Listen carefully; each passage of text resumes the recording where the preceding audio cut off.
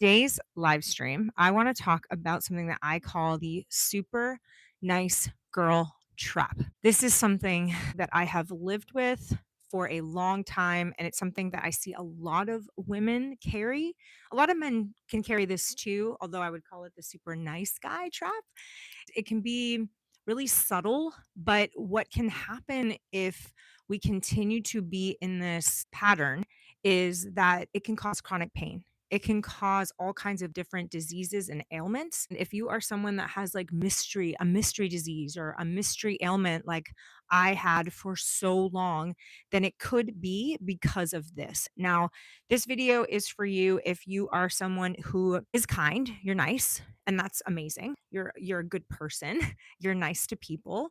You try to do good, you try to do your best, you try to be nice to all beings and pets, but you have a hard time expressing anger, you have a hard time expressing disappointment, you might have a hard time expressing your boundaries, letting people be upset with you, and this might be because I could say for me, partially because of my religious upbringing where I wanted to be a good girl. I wanted to be someone who was a good Christian. And so therefore a good Christian would be kind to all people and would give. And I mean, let's just talk about how much Jesus has saved me and how much Jesus has done in my life.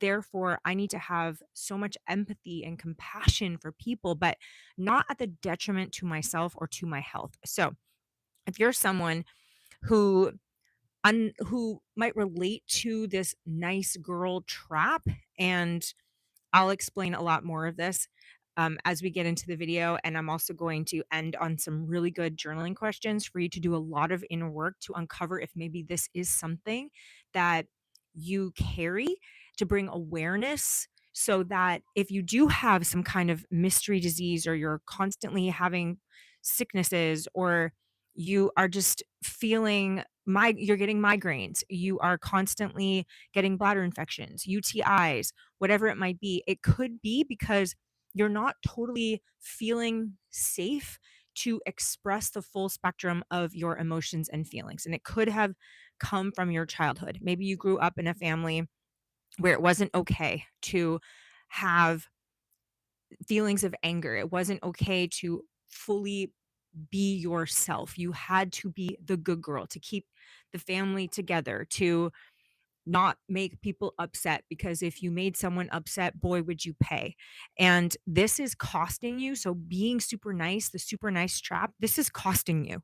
This is costing you the life that you want. This is costing you the love that you want. This is costing you the business that you want to create. This is costing you the money that you want to make. This is costing you those authentic, amazing relationships that are meant for you, that life that's meant for you, that is just juicy and it feels good, mind, body, soul, and spirit. And if anybody understands this, it's me. I came from this super nice girl trap to the point of self erasure. And we will get into that in shift number two. So I'm going to go through three different kind of reasons as to why you might be caught in this nice girl trap and like the shifts that you can make to start getting yourself out of this, right? So, what we want to do is we want to cultivate this strength and this ability. And I think it's an art to be able to be nice, to be kind, to be a gracious person, but also to have a backbone and to respect ourselves, to respect our boundaries, to be able to say no, to be able to eloquently and articulate to eloquently articulate our emotions, our feelings, our preferences, and not feel like we're a bad person or that it means something about our identity, right? So in this video, I'm going to go through different reasons as to why this might be happening. Okay. And this live stream is for you if you are someone who struggles to express anger, disappointment, or hurt. You can sometimes, or maybe all the time, you avoid conflict, even if something actually matters to you, but you're more the type of person who's trying to make the other person feel comfortable, right? You smile on the outside, but yet you're hurting on the inside. Is that you?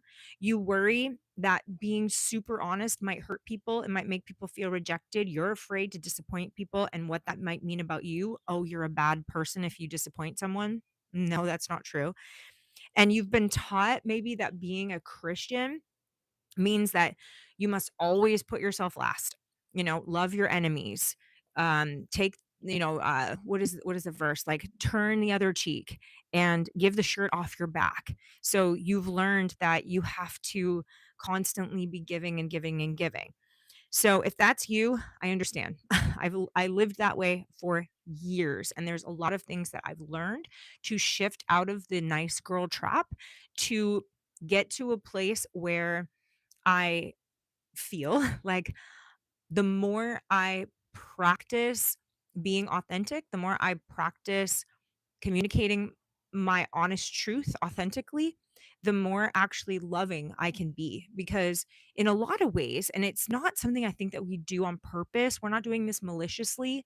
A lot of this is well intentioned, and a lot of this is subconscious because we were more than likely being the good girl because it's what regulated our nervous system. It's what it made us feel safe. It was our way of adapting in an environment that was maybe hostile, or we were gonna get punished in some way if we didn't comply, if we were not always reasonable, or if we didn't always have an attitude of appreciation or happiness. And so we would become chameleons. And not everybody's gonna resonate with this, but I'm talking to the people who resonate with this, because this can be extremely detrimental. This is costing you. This is costing you a lot. And the cool thing is that we as human beings, we are not in a fixed state.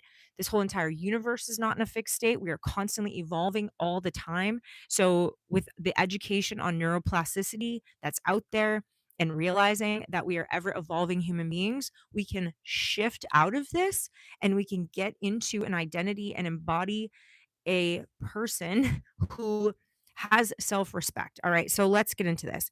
If you have spent years trying to keep everyone happy, these 3 shifts are really going to help you stop abandoning yourself while you can still be genuinely loving people, loving yourself and loving people, okay? And make sure that you stay till the end because I have journaling questions that are going to help you to dive deeper into this so that you can understand the origin of maybe where you picked up this super nice girl thing, how it's connected to your childhood, and the pattern that maybe's been playing out your whole life and how it has maybe wreaked a little bit of havoc on your health or on your relationships or your career life, but all of that can stop and you can rewrite the story at any moment. That's the coolest thing ever is we literally can create our life and awareness is everything. So, who am I? Hi, I'm Mandy. If you're new here, I am an artist and I am a coach for creative people. And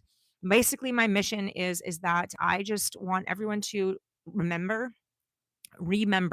that they are masterpieces. And the more that they strip away everything that maybe society has programmed them with, they strip away limiting beliefs, they can come back into their vibrant creative selves and literally do the impossible on this planet and do what they were meant to do on this planet. So I like to call myself an artist of transformation. I have transformed people with body paint and face paint. I've done a lot of art in my life with murals and paintings and things. But really, I think that all of that was a precursor to lead me up to helping people go through a transformation. And so I have what's called the Mandy's masterpiece method, and you can check that out on my website. It's a really beautiful process that I take people through in my 3-month coaching program, and all of the information is in the description box. Also, if you want to just look at the timestamps and just go to the 3 different shifts or just go straight to the journaling questions, then you will be able to do that if you just look at the timestamps in the description box as well. So that's who I am. I'm Mandy, and yeah, don't forget to like and subscribe, and I live stream once or twice every single week. And oh, and one last thing, I have a newsletter as well. You can sign up for the newsletter. It's totally free, and I send a lot of really great information in my newsletter. So you might want to check that out and sign up. Totally free. All right. So shift number one. We're gonna get into shift number one. So this is just basically like the educational part. So, more than likely, what happened is you learned this is a learned thing, so we can unlearn it, which is really great news. You learned to abandon yourself. Why? Why would we do that? Like, why would we learn how to abandon our own self? Well, typically, because we are always trying to get to a place of homeostasis to regulate our nervous system, whether we realize it or not, we have very wise bodies. And whether we logically understand that, especially as children, we are our body will kind of do it for us, will find a way to regulate and to make us feel safe. And often when we're little, we do this in a not so healthy way. I'm not saying all the time, but if you come from a family that doesn't necessarily know or didn't know how to apply healthy tools and have healthy communication skills and um, did a lot of healing and trauma work, personal growth work, then perhaps you picked up along the way some unhealthy coping skills. So you learned how to abandon yourself to stay safe, right? You did this as an adaptation to survive. So, but what happens is as we get older, those things don't work anymore. So that's what happens. We at some point become aware that our coping skills are not healthy or are not working. So just having an awareness is really what sets the ball rolling for the healing to happen. So I'm here to just shed some light. You you learned how to be the nice girl. You learned how to people please. You learned how to never rock the boat. You learned how to always make sure that everyone else was okay. This is often based out of fear. It's not necessarily because you're so kind. I'm not saying that you're not kind, but a lot of it is kind of a self-centered thing. Like you're thinking about self, you're thinking about survival. And I'm not saying that that's wrong. You need to survive, but I'm just saying that trying to be nice isn't actually always nice. There's a survival thing going on there. It's like a primal thing. It's often fear-based. And that might sound weird, but that's what I'm talking about is that it's self-protection. So for much of my life, majority of my life, I was always trying to be the good girl. I was always trying to impress my dad. I wanted to be a good Christian. I was afraid of God. I was like, "Oh my God, I'm gonna go to hell. Am I sinning? Oh my God, I'm sinning. I need to go to confession again." So I was constantly trying to be agreeable. I was constantly trying to be accommodating and to never upset anyone, especially my father. I learned how to keep peace and harmony in the family. I was always trying to make it so that everybody was getting along. I hated it when there was fighting going on. And I just did everything I could to try to be in a good mood and stay happy. Whatever mom needed, whatever dad needed, I would shift and change like a chameleon. And what happened is I started having to regulate my nervous system in a lot of other ways that were not very healthy through an eating disorder and through a lot of other things. Um, this helped me to avoid being disconnected from my family. If my, parents got mad at me or whatever, like that didn't feel good when I was young. And so I did whatever I needed to do to shape shift.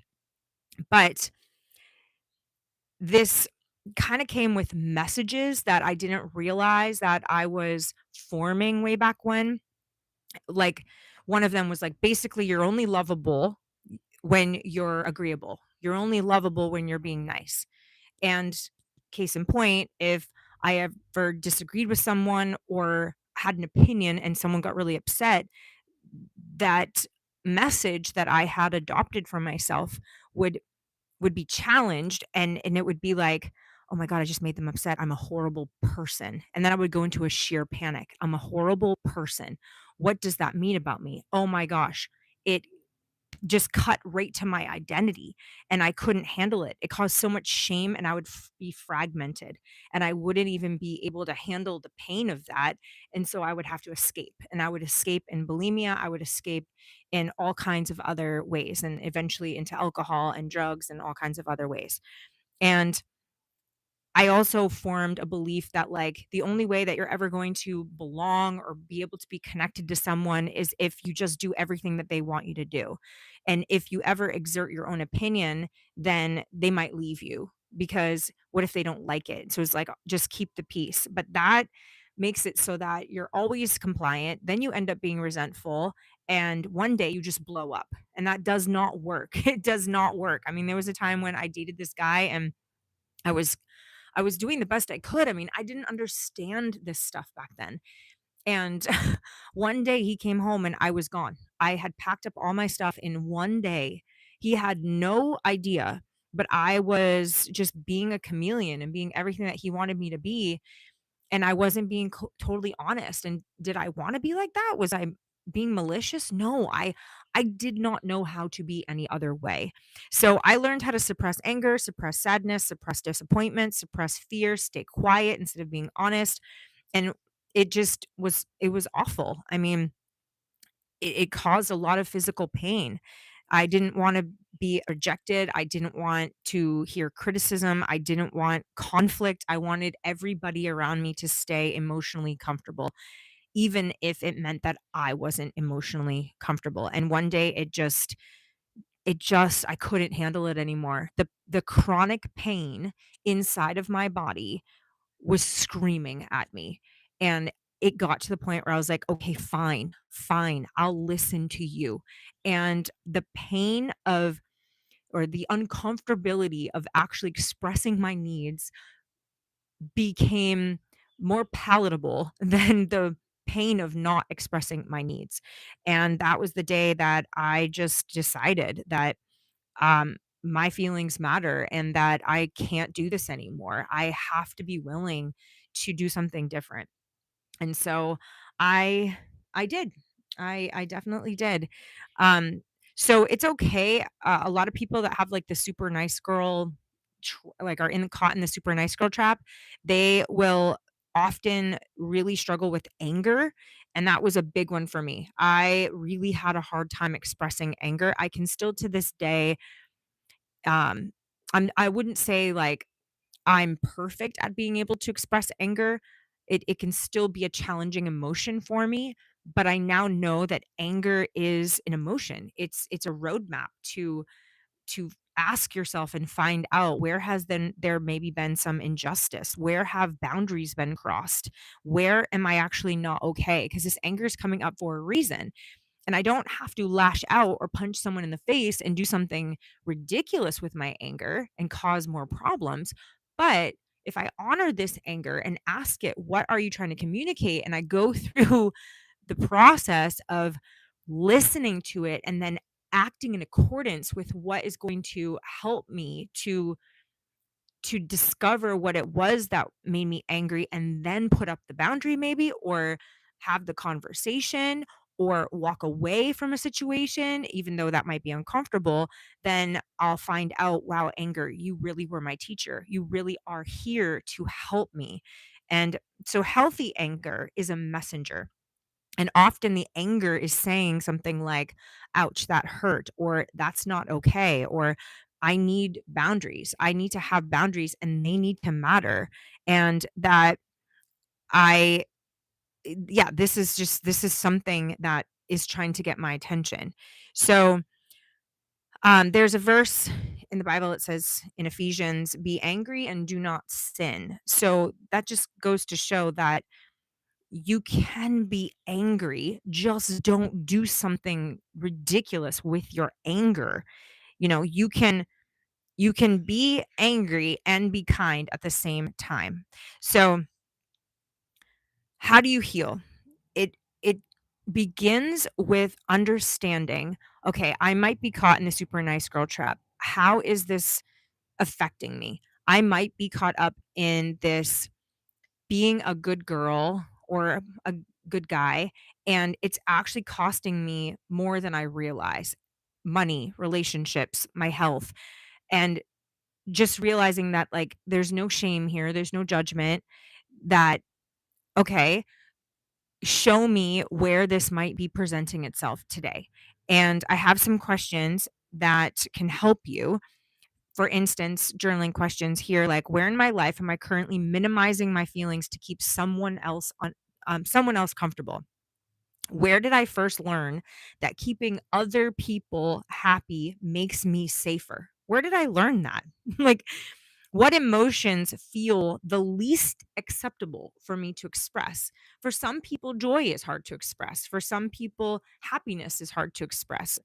For me, disappointment has been a difficult thing for me to express, to tell someone, like, hey, I'm disappointed, or that's not okay with me, or I don't like that, or please don't do that anymore.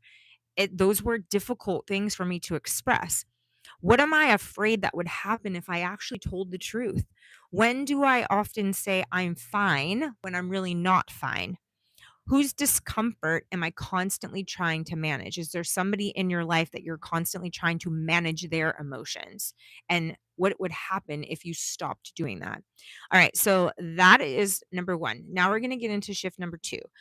So that is, love and faith were never meant to require self erasure. So, for many years, I believed that what love felt like, was that I sacrificed myself, was that I didn't even think about myself.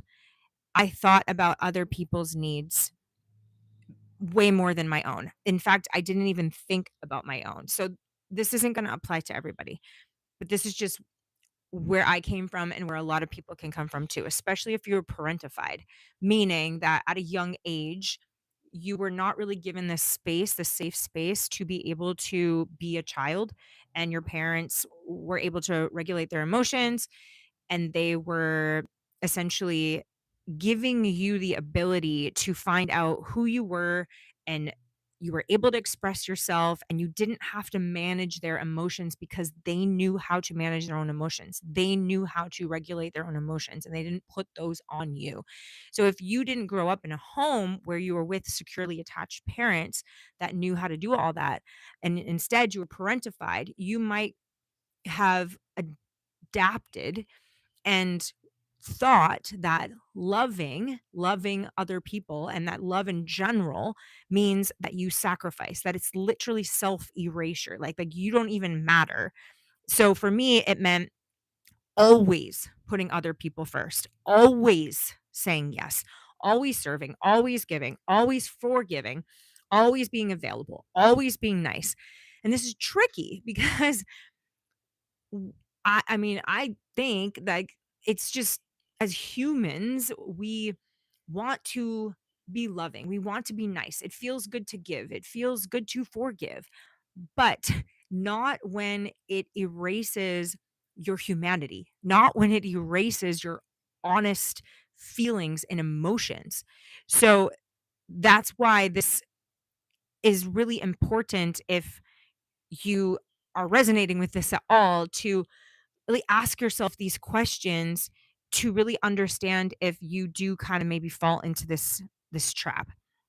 I thought that if someone was upset with me, I must have done something wrong.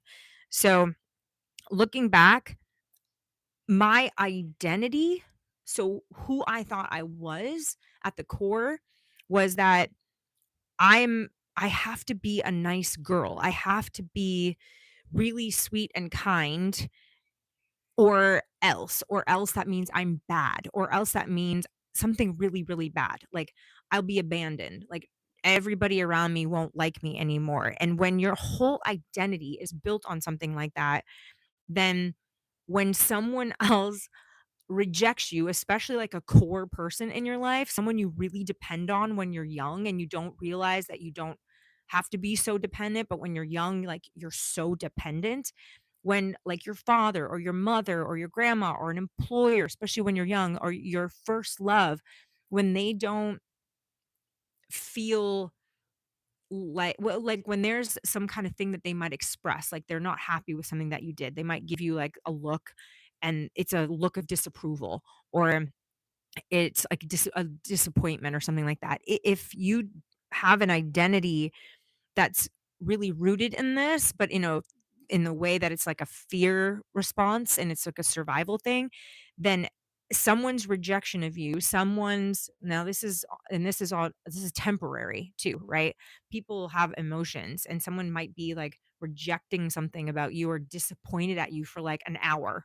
Like it doesn't mean the core of you is a bad person, but that's what it can feel like. It could feel like an absolute total rejection of who you are on a core primal level. And then it can have you doing things to try to regulate your nervous system, to try to make you feel better again, right? Oh my God, I'm a bad person to the core. The shame is overwhelming. You can't even stand this. This has shattered your whole paradigm about who you are, and you will scramble around to do anything you can to get back to that safe place again. So you will just be nice. You will just override your boundaries again. You will, even when someone's being awful to you or doing things that are not right and overriding your boundaries, and you'll just continue to be compassionate. And this is why I talk a lot with people about toxic empathy, which can sound really tricky because it's like empathy is good, compassion is good, but there's something about toxic empathy and toxic compassion. And this has hurt me in my past. Like, I can't even begin to tell you the twisted ways in which some of these things can really harm us. Yes, even compassion, even empathy. If we're not bestowing it, if we're not giving it in a way where we first give it to ourselves, you cannot love someone else until you truly know how to love yourself. So, someone else being uncomfortable does not automatically mean that you've done something wrong at all. Sometimes people are uncomfortable because they're finally hearing the truth and you were the truth teller and they just want to kill the messenger. Does that mean that you're a bad person? No, it just means that you told the truth. And they're just feeling feelings about it. That doesn't need to shatter the core identity of who you are, and you can still be a nice person. Like, you can tell the truth, someone can be super upset with you, and that still means you're a good person. These are not mutually exclusive. Nice person and someone that tells the truth. You're a nice person and you sometimes get upset and you say no, and maybe you even raise your voice a little bit because sometimes there are moments where people are just downright being ridiculous. They're being assholes. And if you don't raise your voice and stand up for yourself, then maybe they're not even going to ever listen. This doesn't ever give us an excuse to be a jerk back or to retaliate. But I mean, I don't know. If somebody were to just come at you and like want to just hit you, I mean, sometimes you have to defend yourself. But anyway, that's getting off on a tangent. Sometimes people are frustrated just because they themselves don't have boundaries and they don't want you to have boundaries. They like you when you don't have boundaries. But oh well, when you start having more self-respect, when you start getting out of the super nice girl trap and you start having boundaries, the right people are going to stay and they're going to want to uh they're going to want they're going to want your boundaries. They're going to respect them. The wrong people, they're just going to go, and that's what you want anyway. Sometimes people just don't like hearing the word no, and they want you to always be compliant. They want you to always be the yes girl. You know what? Not your problem. It's not your job to manage other people's emotions, to make sure that they're happy all the time. And then obviously, this I always bring this back because I can hear that there might be people in the comments that are going to say all kinds of things, and just we got to be smart about this, because what I'm not saying is I'm not saying not to be like to not be kind. Uh, Anyone with common sense is going to understand what I'm saying. So you can't make everyone happy. People are going to misunderstand you. People are going to disagree with you. They are. Someone might even be hurt by something that you do or you say, right? Their feelings also deserve compassion. And if they're being a jerk to you, I'm not available for that. But it's not your responsibility to carry someone else's emotions. Your responsibility is to your own integrity. Integrity is a big word with me. Your responsibility is your own truth, your own integrity, staying connected to yourself, your true emotions, your true feelings. And sobriety really helps with this. Uh, that's all I'll say about that. Your responsibility to your obedience to God and to your relationship to God, it's between you and God. Your responsibility to telling your responsibility in telling the truth with love. It's very different than trying to make everybody happy because we can often confuse love with self sacrifice, forgiveness with actually tolerating harm, kindness with having no boundaries at all, generosity with actual over functioning in it, compassion that's mixed with rescuing. That's not helpful. Peace keeping with, wait, that doesn't make any sense. I wrote this on my note. We're going to skip that one. That didn't make any sense. Love does not require self abandonment. In fact, when we're constantly abandoning ourselves, usually resentment is going to follow. So if you're feeling resentment, that is a pretty big alarm system just to go, okay, I am feeling resentment. That's an alarm. And that's a good thing. I'm just saying it's a good thing because what it's calling for is for our attention and to go, okay, resentment, resentment, teach me what am I not listening to? Where have I not drawn a boundary for myself?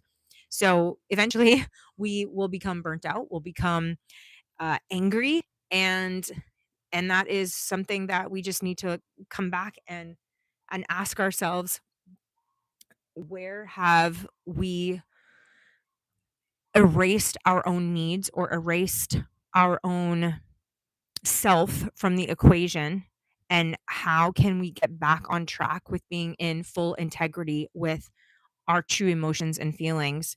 And if there's any fear, to say, God, please remove the fear and help me to show up and be truthful here. Because the truth is, it's that Jesus himself never modeled self abandonment, ever, ever, ever. He loved deeply, deeply, but he also had incredible boundaries. He rested, he withdrew from the crowds for long periods of time because he wasn't codependent. He left people that still wanted more from him. He disappointed people. He would say no. He confronted injustice. He spoke very difficult truths to people. He didn't heal every single person. He didn't say yes to every single request. He wasn't driven by guilt or peer pressure. He was driven by obedience to God, what he heard God saying to him. Think about that. Jesus is the model of loving perfectly. Whether you believe in Jesus or not, Jesus is a model for loving perfectly, but yet people were still offended by him. He loved perfectly, but yet people were still offended by him. People still misunderstood him, criticized him, mocked him, and crucified him on a cross. Like, it's crazy. And he couldn't please everybody. How are we going to please everybody? We're not going to. We are not going to. So this is what healthy love sounds like. Healthy love says, I love you, and this isn't going to work for me. Healthy love also says, I really care about you, but my answer is still no. Healthy love also says, hey, I hope you understand, but even if you don't, this is still the right decision for me. You hear that? There's boundaries, there's a commitment to oneself, there's an integrity with oneself, there's direct communication, and then there's still love. Hey, I love you. I do care about you, but this is what's right for me. Healthy love says, hey, I'm not available. I'm not available for that. It's not because you're being mean or selfish. It's because wisdom, having wisdom sometimes means saying no. So I had to learn this. I had to learn this the hard way. This took me a long time to learn this.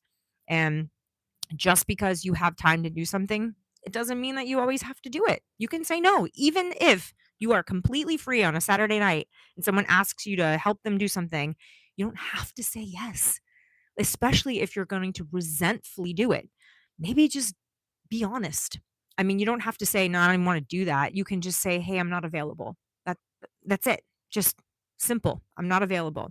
Just because you are able to do something doesn't mean that you have the responsibility to do it. Like, I can draw a lot of things. And somebody asked something of me the other day, and I was just like, I'm not available to do that. I I could draw that thing very easily, very quickly, but I don't want to, and I'm not available for that. I don't have to make any excuse for it. I don't have to feel bad about it. I don't have to make up a story and say, "Oh, I'm not a very good person." I mean, of all the things that this community has done for me, I mean, at least I could give back. Like, no, it's simple. I'm not available for that. If I want to do something, if it bubbles up from inside of me with like a joy and a passion and I'm on board with it, then yes, I will completely say yes to something. So sometimes the most loving thing you can do is rest, is say no, is walk away, is walk away. And a scripture verse for this one is Galatians 1:10. Am I now trying to win the approval of human beings or of God? Because every time we're afraid to disappoint someone, we have to ask ourselves, whose approval are we trying to go after? Am I trying to be approved of by that person or with God? Really, my obedience is to God. My obedience is to having integrity with myself and integrity with God. So here's some journaling questions for shift number 2. Where have I confused love with self-sacrifice? Where am I saying yes instead of me actually meaning no? What boundary have I been avoiding because I'm afraid someone is not going to like it? Whose approval am I still trying to chase? Where am I overgiving because there's this part of me that's still trying to feel valuable? What would change if I believed that disappointing someone doesn't actually mean that I'm wrong? What is one loving boundary that God might be inviting me to set this week?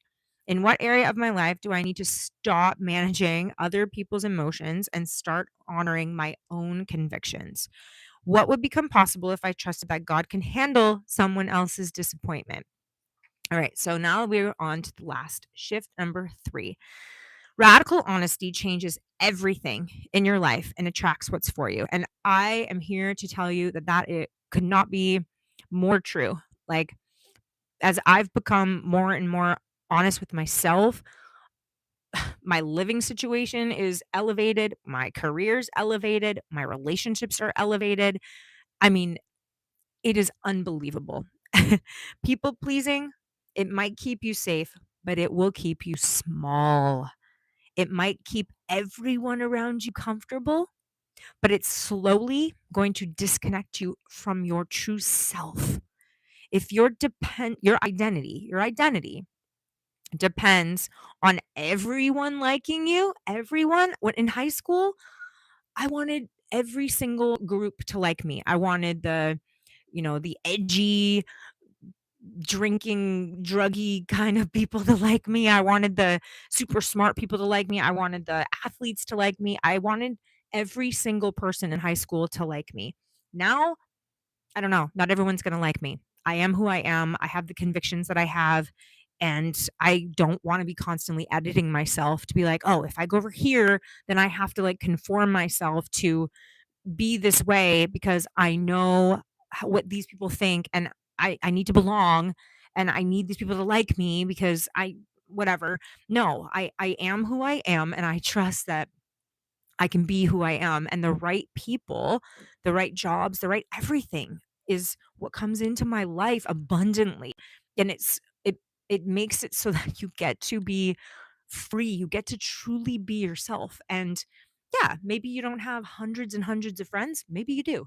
But you have people who truly know you, see you, love you for who you are, and you don't have to erase yourself. You don't have to abandon yourself. You don't have to minimize yourself. Like you get to show up and be the full, colorful spectrum of the person that you are. And it's so amazing. You literally feel like your soul is free because when you become whoever the room needs you to be, you become a chameleon. You soften your opinions. You hold in your convictions and you don't really talk about them. You avoid difficult conversations. You say yes when you mean no. You undercharge. Undercharge. Who here undercharges? Oh, well, I couldn't possibly charge more. Like when you really start to heal this part of yourself of being this super nice girl or nice guy and erasing yourself. Like, you get to charge. You don't have to over explain. You don't have to defend yourself. You get to just sit back in your identity as a child of God, and you let God remove all of these limiting beliefs and these different identities that we've taken on, and you let God show you who you are. You let God show you the model of Jesus, how Jesus was not liked at all. He was the most loving human being to ever walk the planet, but yet he was deeply, deeply misunderstood and deeply upset a lot of people to the point of being nailed on a cross. So you don't have to constantly edit yourself. You don't have to apologize for taking up space. You don't have to apologize for having boundaries. You don't have to apologize for charging more. You don't have to apologize for saying no. You don't have to apologize for saying I'm not available or I don't like that or I'm going to walk away from that. And not everyone's going to agree with your ideas. Not everyone's going to appreciate your boundaries. Not everyone's going to celebrate your growth. Not everyone's going to understand you. And that is okay. Because if you have integrity with yourself, and you are being obedient to what God is telling you, it doesn't matter. We don't fear man. We don't fear man. We fear God. And fearing God doesn't mean like, oh my God, I'm afraid of God because God's going to pounce on me and God's a bad God. No, fearing God means I have the extreme awe. I have an extreme awe and reverence for God because God is so omnipotent and sovereign and beautiful and loving that I just want to be taught and by God. I want to be guided by God. I want to be obedient to God because God is nothing but pure love and efficiency and clarity and goodness and kindness and everything good under the sun. The goal is not to be liked by everyone. The goal is to become deeply rooted in who God created you to be. And the more rooted that you are in that identity and God's identity for you, the less controlled that you're going to be by other people's opinions because their opinion is going to change all the time. There are keyboard warriors everywhere all over the internet that just want to shake shit up, and you know what? Let them. So stop performing and let people get to know the real you, not the carefully edited version of you, the real you. Build intimacy on the real you and let people really, really see you. And when you become more honest, some people, again, may not like it. They may pull away. Some relationships may end. Some careers may end, but that's okay because the right people, the right places, you will be able to fully, unbelievably come on board and really just ah, let it all out, fully express. And I think that that's what we need most in this world. We need people who are fully embodied, fully expressing, and fully coming here on this planet to do what they were meant to do, the real you. Stop attracting people who only benefit from your lack of boundaries and start to attract people who appreciate your authenticity. All right. So, yeah, I'll talk a little bit about undercharging. I just want to touch on this really quickly.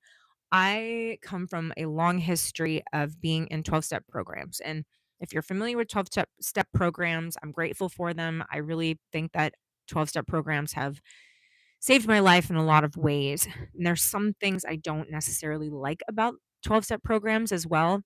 So sometimes I wrestle with a few things. And one of the things, if you're familiar with 12-step programs, is that it's free, which is great. It's amazing. It's an amazing thing. The whole thing is free. You can just put a dollar in the basket at a meeting or not. And you can still go to meetings and you can still have a sponsor, and a sponsor will just give you their time for free. Why? Well, because they're just so grateful to have had, maybe like an addiction lifted off their shoulders that they then want to just pay it forward. So sometimes it can become really difficult to charge people when you're a coach and you can go through the whole thing of like, well, I mean, I've been given so much. I how dare I charge people? And that can be hard for some, not hard for a lot of people, but hard for some. Because if we charge too much, we think people are going to think that we're being ungrateful or that how dare that person charge, right? But we have a right to make money. Like we have a right to charge for our time and for our expertise. So, yeah, that's what I'm going to say about that. Radical honesty doesn't mean that you become a bitch. It doesn't mean that you say absolutely everything that's on your mind. Like sometimes just don't say certain things. Sometimes the best thing to do is wait till you're not so upset and maybe have the conversation in a couple days when you're more emotionally regulated. Right? Honesty just doesn't give you a pass just to say, "Oh, well, I hate you," or whatever. It doesn't mean losing compassion. It doesn't mean becoming argumentative. It simply means when your outside life matches your inside life. And my phone is about to die, so I need to wrap up this. Radical honesty means certain things like for instance, it can mean, "Hey, that hurt. Hey, you know what? I disagree. Hey, you know what? I need some time. Hey, you know what? I'm not available for that. I'd love to help, but I'm actually not able to help. You know what? I need to pray about that. You know what? I actually have a different." Oh, hi. I didn't know anybody was watching. I love you, Alyssa. "Hey, you know what? I have a different perspective than you. It's okay. Hey, you know what? I can't commit to that right now." Or "I can't commit to that ever." Or "Hey, um, I need some time. I just need some time." It means that you stop abandoning yourself just to make someone else uncomfortable. You can be kind and still have convictions. You can be compassionate and you can still say no. You can be generous, but you don't need to become depleted. You can deeply love people without rescuing them. I could go on and on and on about this one right now. Like, I used to want to rescue people and it would deplete me. I would see with so much empathy that people needed help, and I would erase myself in order to try to help them. And I had to learn the hard way to walk away from relationships that are unhealthy. I had to learn how to not engage in conversations that weren't productive. Like, "Hey, you know what? I'm not just going to sit here on the phone and listen to you dump stuff on me if you're not actually going to get into a proactive state and work on some stuff." Like, I will totally help my friends process things. I have the best friends in the world. I don't have a single friend that just dumps stuff on me. Like, every single one of my friends is like amazing. They're doing personal growth work. They're like just killing it in life. But I had to learn to not engage in conversations that weren't going to be productive. And I had to learn to not carry things for people. Um, I had to learn to not justify every decision, not to convince everybody that I'm a good person, and, all I have to do is simply live in integrity with myself and with God.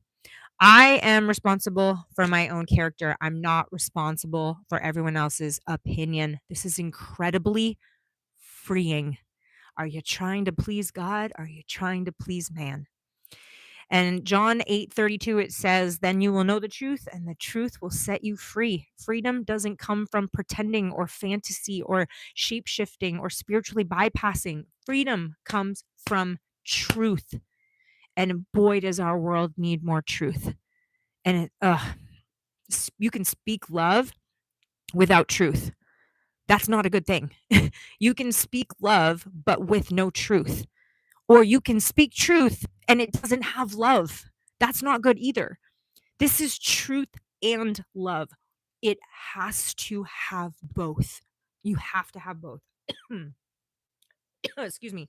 So, being the super nice girl or being the super nice guy, it's not going to change your life. It's not going to increase your income. It's not going to bring you your passionate relationship. It's not going to do what maybe you think it's going to. Oh, if I'm nicer, if I just give more. No. No. No, no, no. Being honest is going to bring you all those things. Having boundaries, expressing your needs, respecting your time, valuing your gifts, going after your dreams, walking away from stuff that's not right for you instantly, and not feeling a shred of guilt about it and not feeling bad about it. Living honestly is what is going to attract all the stuff that is meant for you. So here's some journaling questions and then we'll land the plane. Where am I performing instead of being authentic? What truth have I been editing because I'm afraid of criticism? If I weren't afraid of disappointing anyone, what would I do differently? What part of myself have I hidden to become more acceptable by the crowd. Oh boy, is that a big one. We want to be accepted by the crowd. We have this herd mentality, tribal mentality, but we will hide parts of ourselves to try to be accepted. And we really need to not do that. Again, am I fearing man or am I fearing God? What relationship would become healthier if I became more honest? Where am I settling because honesty feels risky? What would living with integrity instead of approval look like this week? What would I create? What would I say? What would I charge? What would I pursue if I fully believed my worth came from God instead of other people's opinions of me? And who am I becoming as I learn to stop abandoning myself? So, I'm Mandy. I am someone who is so flippin' passionate about creativity, about people's transformation and helping people to realize that they are creators, they're creatives, they are capable of so much, and helping people to step back into who they truly are, who God made them to be fully. And I'm talking like full blast, full speed ahead in every single area of your life: mind, body, soul, spirit, career, relationships, love, everything. I mainly help creatives and entrepreneurs. And I, yeah, that's just my mission. My mission on this planet is to myself walk out that path of being all that I was meant to be, all that God created me to be, becoming more and more full, more fully alive, more fully expressed, more fully creative, more fully full of faith, more full of courage and vitality and love and truth, and really boldly walking that out, and then helping other people to uncover where there might be some blocks. So I'd like to invite you into my community. I'd love to invite you to sign up for my newsletter, to join me on these live streams, to type in any Q&A if you want to. And yeah, I hope that this has been educational. I know this has been long. It's about 52 minutes now, but I want to leave you with this. Being nice isn't the problem. It's when you abandon yourself, if you erase yourself. And you probably learned this from a young age, and it's okay. It's absolutely okay. It's understandable. You were doing what you needed to do, and you're not wrong, and you're not broken, and anything can change. And you're so freaking wise, and you're so freaking amazing, and you're so freaking beautiful. Just come to more and more and more of an awareness of this, and just know that God loves you and that we are being freed. We're being freed from this. You don't have to become louder. You don't have to become difficult. You don't have to become selfish.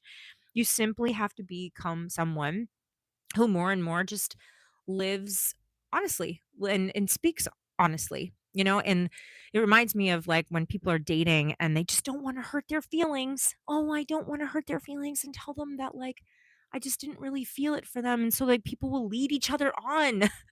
That's harmful. That's like being nice. That's not nice. It's not nice. Don't do that to other people. If you didn't feel that that person was a match for you, just say, it was really freaking fantastic to meet you. You're an incredible human being. I just don't think we're a match. It's the truth. And then that person can go, thank God you're not giving me false hope or leading me on because you think you're being nice. It's not being nice. Stop trying to be nice and just start being honest. Honest equals nice. Like it's imbued in it. Niceness is inside honesty. Obviously, there's a case by case because some people are just downright, I don't know, they're saying, I'm just being honest, but they're being jerks. Anyway, someone who trusts God fully, someone who really knows their identity in God, is someone who's going to be able to handle other people's reactions, rejections, criticisms. When you're so rooted in God, you can have a million people message you on your YouTube channel and say, you suck and I hate you and all this. You're like, that's your opinion. Know that I'm in integrity with myself. I know that I'm in integrity with God. You can say what you want because you're rooted in your identity with God. Someone whose identity is that is rooted in Christ instead of other people's opinion, become someone whose identity is rooted in Christ instead of in other people's opinions, because people are going to have a lot of opinions. When you stop trying to keep everyone else comfortable, you finally will become free to become the person who God created you to be. And then just watch what happens in your life. The people who come into your life, the opportunities, the experiences, the love, the friendships. It's amazing. It is absolutely amazing. And you know what? Also, this isn't a one stop shop. This isn't something that like you do these journaling questions, you do the inner work, which I highly recommend that you take some time and do the inner work. I personally journal every single day, and I have been for years and years and years and years and years. Multiple times I will journal. Journaling is just a part of my life. I do a lot of inner work, and I have been for a very long time. I've been in personal growth for 20 years. You can do these journaling questions, and it's not like you're going to be fixed or that this is just going to be something that's just going to like go away. This is going to be an ongoing process. You might always have the good girl thing, but just be aware of it. Be more and more aware of, is this coming up? Why is this coming up? What's going on for me? What is my honest truth? What am I afraid to do? What am I afraid to say? Find safe, amazing people that you can process things with. And if you need to kind of talk things through before you actually go to that person and tell the truth, then, call a person that you can talk that through. And then when you feel courageous enough, you can go and you can use your voice. So, thank you so much for being here. Like I said, you can find timestamps and you can go straight to the journaling questions and those three shifts that I was talking about in this whole entire live stream. And then join me for Friday's live stream. And then if you want to sign up for the newsletter, you can do that, where I send all kinds of really great stuff. And you could book a call with me. And the booking link is in the description box as well. And you can follow me on Instagram because I post on my stories. And then I really want to start some kind of a community too. This is just something I'm thinking about right now because um, I just see that there's so much power in numbers and power in community. And as I am really upping my game in terms of fitness, weight training, walking 10K steps every single day, eating really nourishing whole foods, and just crushing my goals. And I don't know, I just feel like I want to start some kind of a community of like minded people that want to share their wins. And I'd like to hold a monthly live coaching call and a teaching. So I'll be talking about that more in time. But anyway, thanks for being here and drop a comment, please. I'd love to hear from you. And that's all I have to say. Bye.